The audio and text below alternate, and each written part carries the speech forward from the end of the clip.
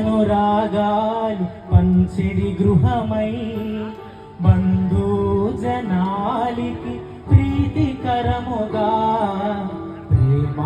ప్రేమానురాగాలు పంచిడి గృహమై బంధు జనాలికి ప్రీతికరముగా ప్రార్థన సహవాస ఫలములను పొందుచు ప్రార్థన సహవాస ఫలములను పొందుచు ప్రభు యేసు సేవలో పయనించుడి ప్రభు యేసు సేవలో పయనించుడి.